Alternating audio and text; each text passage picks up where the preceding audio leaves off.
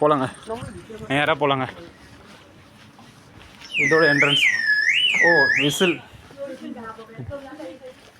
இங்கே விசில் வேறு ஷேப்பில் இருக்குது. சின்ன சின்ன படகுகள், கைவினைப் பொருட்கள். ஃபஸ்ட்டே முடிவு பண்ணது தான், நம்ம எதையும் வாங்க முடியாது, வாங்கினாலும் கொண்டு போக முடியாது. ஒரு சின்ன சின்ன பொருளும் நமக்கு வெயிட் கூட்டிகிட்டே போகும். அதனால் எவ்வளோ மெட்டீரியல் அவாய்ட் பண்ணணுமோ அவ்வளோ அவாய்ட் பண்ணி ஆகணும். கடைசி நாள் ஏதாச்சும் ஒரு சின்ன பொருள் மெமரேபிளாக வியட்நாமோட மெமரியை ஏதாவது ஒன்று கொண்டு போவேன். அந்த மாதிரி ஒரு பொருள் இது வரைக்கும் நான் பார்க்கல. பார்ப்போம் என்ன கிடைக்குதுன்னு. இந்த இடத்துல மேக்ஸிமம் லோக்கல் பீப்புள் பார்க்க முடியுதுங்க. ஓ, என்னோட ஃப்ரெண்ட், அந்த நெதர்லாந்து ஃப்ரெண்ட் இங்கே வந்திருக்காரு.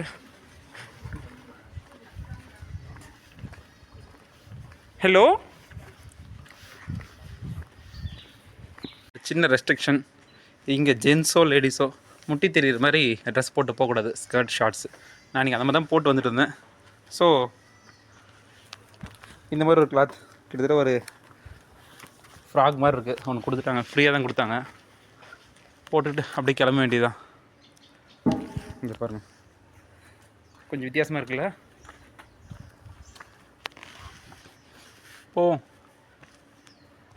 ரொம்ப பெருசாக சொன்னாங்க, பட் ரூட் மேலேங்க, வழக்கம் போல் மேலேங்க.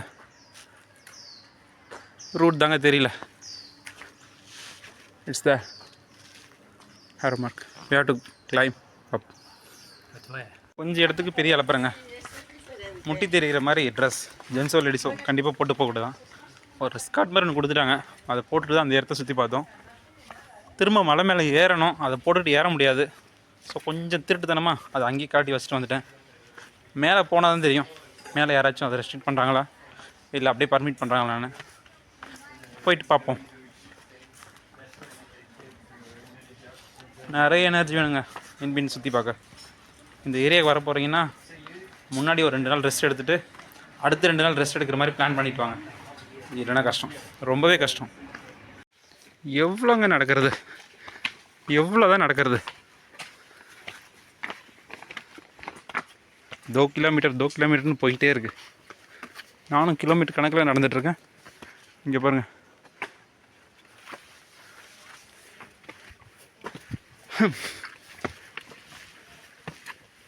மேபி இதுதான் நாங்கள் வந்து பார்க்கணும்னு நினச்ச பக்கோடாவான்னு தெரியல.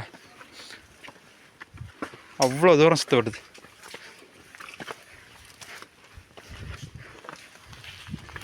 லைஃப் எக்ஸ்பீரியன்ஸ் பண்ணணும், உண்மையிலேயே சுற்றி பார்க்கணும் அப்படின்னு நினச்சிங்கன்னா வாங்க.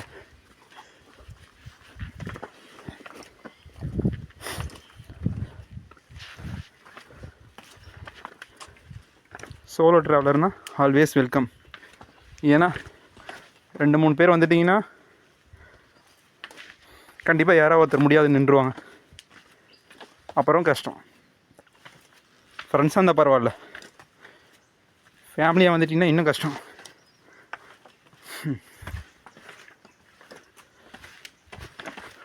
போவோம், எவ்வளோ தூரம் போகுதுன்னு தெரியல, போயிட்டே இருப்போம். இங்கே இப்போ நாங்கள் 3 பேர் தாங்க இருக்கோம். 1 and 2, நான் 3.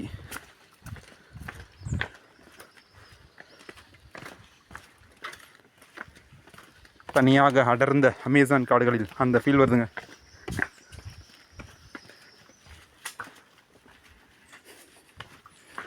அன்சீசன் ஓகே, அதுக்காக இவ்வளோ எம்டியாவா? இவ்வளோ தூரம் நடக்க பயந்தே நிறைய பேர் வரமாட்டாங்க போல்.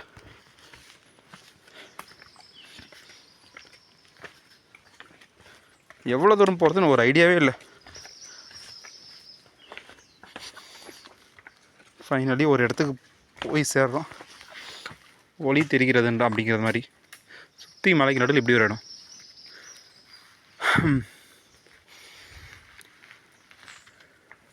நல்லா இருக்குங்க. கொஞ்சம் இந்த கஷ்டம் போயிடுச்சு. கொஞ்சம் எனர்ஜி அந்த மாதிரி இருக்குது.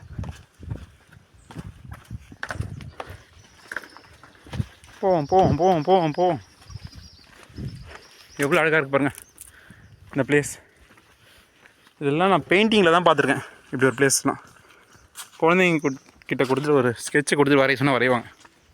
அந்த மாதிரி பிளேஸ்லாம் லைவாக இப்போ தான் பார்க்குறேன். செம்ம பிளேஸுங்க, உண்மையிலே செம்ம பிளேஸ். ஆனால் இங்கே எங்கே இருக்குது அந்த பக்கோடா?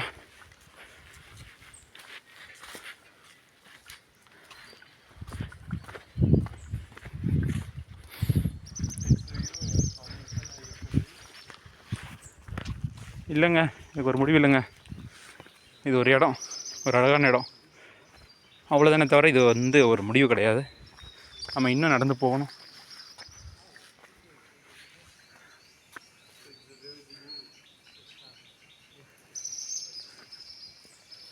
இது வந்து ஒரு ஸ்டார்டிங் பிளேஸ் தாங்க, ஒரு அழகான இடத்துக்கான துவக்கம், அவ்வளோதான். இது முடிவு கிடையாது.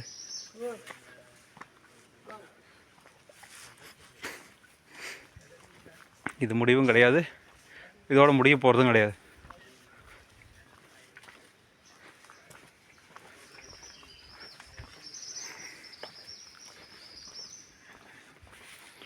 போக வேண்டியதாங்க. இன்னும் எவ்வளோ தூரம் முடியுதோ அவ்வளோ தூரம் போக வேண்டியதான். சோலோ ட்ராவல் இது ஒரு ப்ளஸ் இருக்குங்க. நம்ம நினச்சா போகலாம், இல்லை வேண்டான்னு முடிவு பண்ணிட்டான்னு நிறுத்திடலாம். நமக்கு நம்மளே என்கரேஜிங், நமக்கு நம்மளே அட்வைஸ், நமக்கு நம்மளே ஆறுதல், எல்லாமே நம்ம தாங்க. ஆடு ரொம்ப குட்டியாக இருக்குல்ல. நம்ம ஊரில் தான் அந்த ராஜஸ்தான் ப்ரீட்னு சொல்லுவாங்க, வளர்ப்பு ஆடு. அடிபட்டிருக்கு தனியாக. இங்கே என்ன இருக்குது? நான் மட்டும்தான் வந்துட்டுருக்கேன். என் கூட வந்து 2 பேரும் ஆளை காணோம். வேறு யாரோ ஒருத்தர் வர்றாரு, அவங்க 2 பேரையும் காணோம்.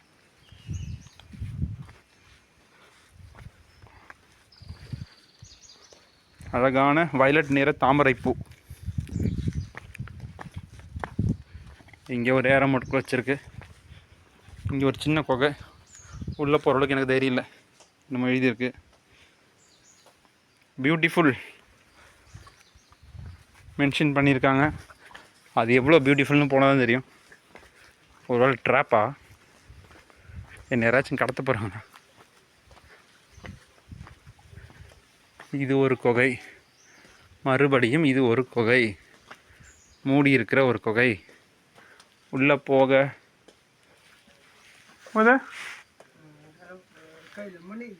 உள்ள வில்லைங்க, இவர் உள்ள வில்லை.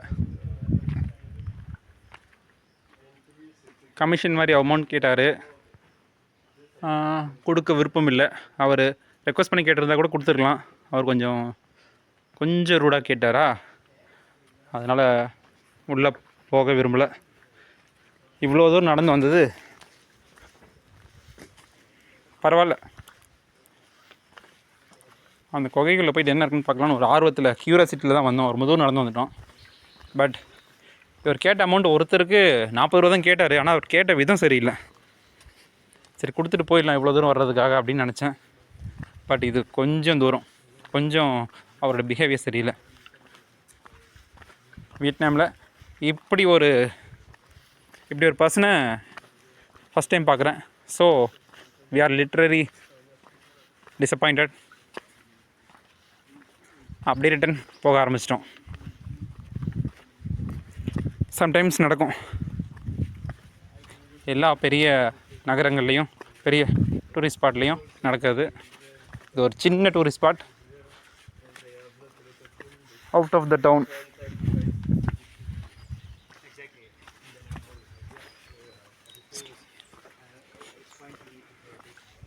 நான் சரி ஓகே பணம் கொடுத்துட்டு போயிடலான்னு நினச்சேன். பட் இவங்க 2 பேரும் விரும்பலை. என்னை கன்வின்ஸ் பண்ணி வெளியில் கூட்டிகிட்டு வந்துட்டாங்க. உள்ளே எம்டியாக கூட இருக்கலாம், இவங்க சும்மா ஏமாத்துறாங்கன்னு அப்படின்ற மாதிரி சொன்னோடனே மைண்ட் செட் பண்ணிவிட்டு ரிட்டன் வந்தாச்சு. It's like fishes.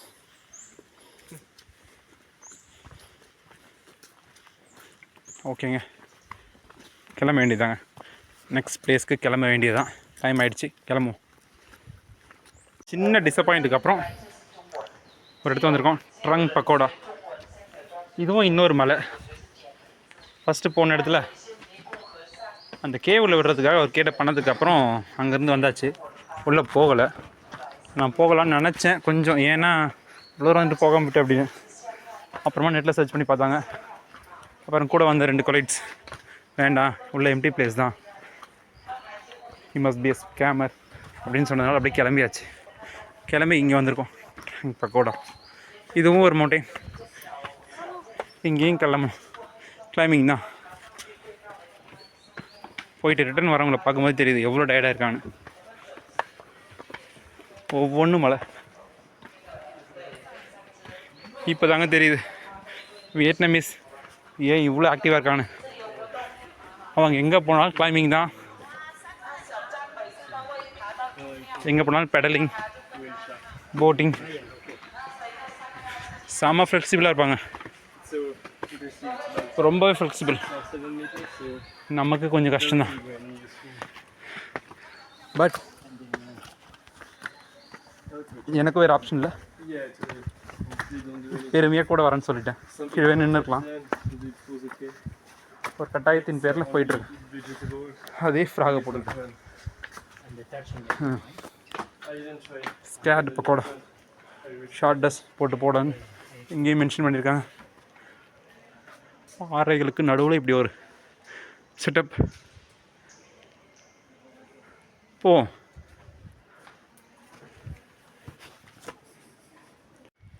வேறு லெவல் எக்கோசிஸ்டம்.